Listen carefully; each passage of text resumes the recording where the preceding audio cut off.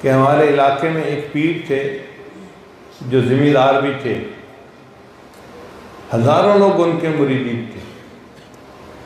جب ان کی وفات ہوئی تو کسی نے خواب میں دیکھا تو اس نے پوچھا کہ حضرت آگے کیا بنا؟ کہنے لگے کہ بس اللہ نے میری بخشش کر دی۔ حضرت بخشش تو ہونی تھی، آپ کے تو اتنے مریدین تھے اور آپ نے ان کو نیکی کا راستہ دکھایا اور ذکر سکھایا، بھئی یہ عمل تو پیش ہی نہیں ہوا، ایک اور عمل اللہ کو پسند آ گیا۔ اس نے کہا کہ وہ عمل کون سا؟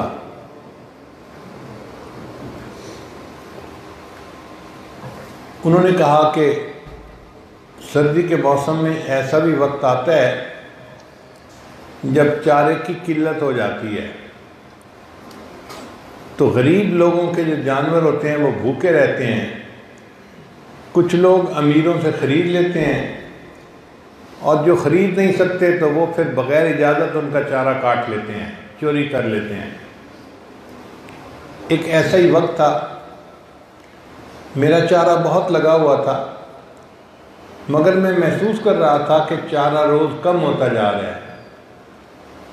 تو میں نے گاؤں میں کہلوایا بھی صحیح کہ میرا چارہ کوئی بندہ بغیر اجازت کے مت کاٹے، مگر کوئی فرق نہیں پڑا۔ تو ایک رات میں نے سوچا کہ آج میں پہرا دیتا ہوں، اور اگر کوئی چارہ کاٹنے آئے گا، یہ جانور چرانے آئے گا تو میں اس کو تنبیہ کروں گا۔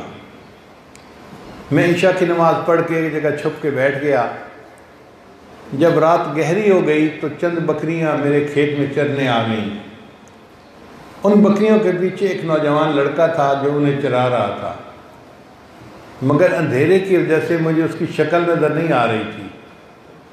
چونکہ میں پہچان نہیں رہا تھا تو میں نے اس سے دور سے پوچھا کیڑے ہیں، یعنی تم کون ہو؟ پنجابی میں بات کی نا، کیڑے ہیں؟ تو اس بندے نے آگے جواب دیا میں احمد ہوں۔ تو کہتے ہیں کہ میرے دل میں خیال گزرا کہ احمد تو میرے آقا صلی اللہ علیہ وسلم کا نام ہے، اس لڑکے کا نام بھی اگر احمد ہے تو اس کو چرانے کی اجازت دے دو۔ تو میں نے جواب میں کہا احمد ہیں تے پیا چرا، اگر تم احمد ہو تو بکریاں چراتے رہو۔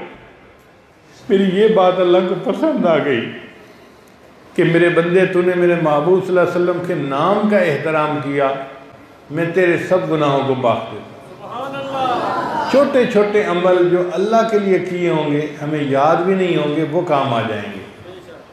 مثال کے طور پہ خامن نے بلا وجہ ڈانٹ دیا، عورت صبر کر جاتی ہے اللہ کے لیے، چھوٹا سا عمل ہے، یہ عمل اس کی بخشش کا سبب بن سکتا ہے۔